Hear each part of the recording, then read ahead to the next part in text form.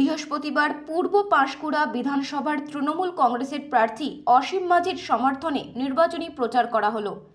এদিন কোলাঘাট ব্লকের বৈষ্ণবচক সহ সুলনি, মনোহরপুর, যশার, মাছিনান, কাশিগড়ি, কুলহান্ডা, কলাগাছিয়া হয়ে কানাইচকে শেষ হয় নির্বাচনী প্রচার। এদিনের এই কর্মসূচিতে টোটো র্যালির মাধ্যমে নির্বাচনী প্রচার চলে। অসীম মাঝি জানান, তিনি জেতার ব্যাপারে রীতিমতো আশাবাদী।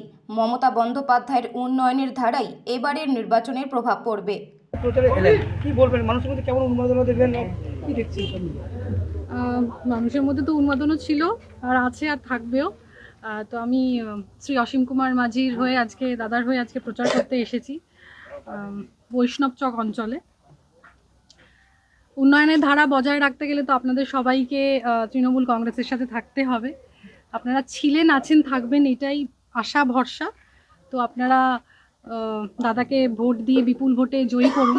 ভোটটা শুধু দাদাকে নয়, তার মানেই হচ্ছে তৃণমূল কংগ্রেসকে, আমাদের সবার প্রিয় মমতা ব্যানার্জিকে এবং সাথে অভিষেক ব্যানার্জিকে, মানে তাদের কাছেই যাবে আর কি ভোটটা। তো আপনারা সবাই পাশে থাকুন আমাদের, আমিও এসেছি, আপনারাও থাকুন। আজকে গ্রামে গঞ্জে ঘুরলেন, মানুষের মধ্যে কেমন উন্মাদনা দেখলেন? খুবই ভালো, খুব ভালো ভালো।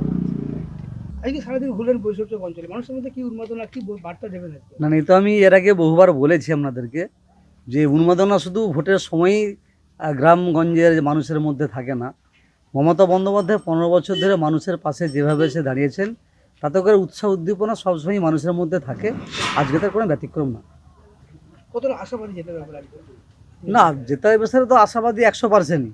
কারণ মমতা বন্দ্যোপাধ্যায় মানুষের পাশে যেভাবে থেকেছেন সামাজিকভাবে, ভারতবর্ষের আর কোনো রাজনৈতিক দল সাধারণ খেটে খাওয়া মানুষদের পাশে এইভাবে থাকা যায়, এটা কেউ কল্পনা করতে পারে না।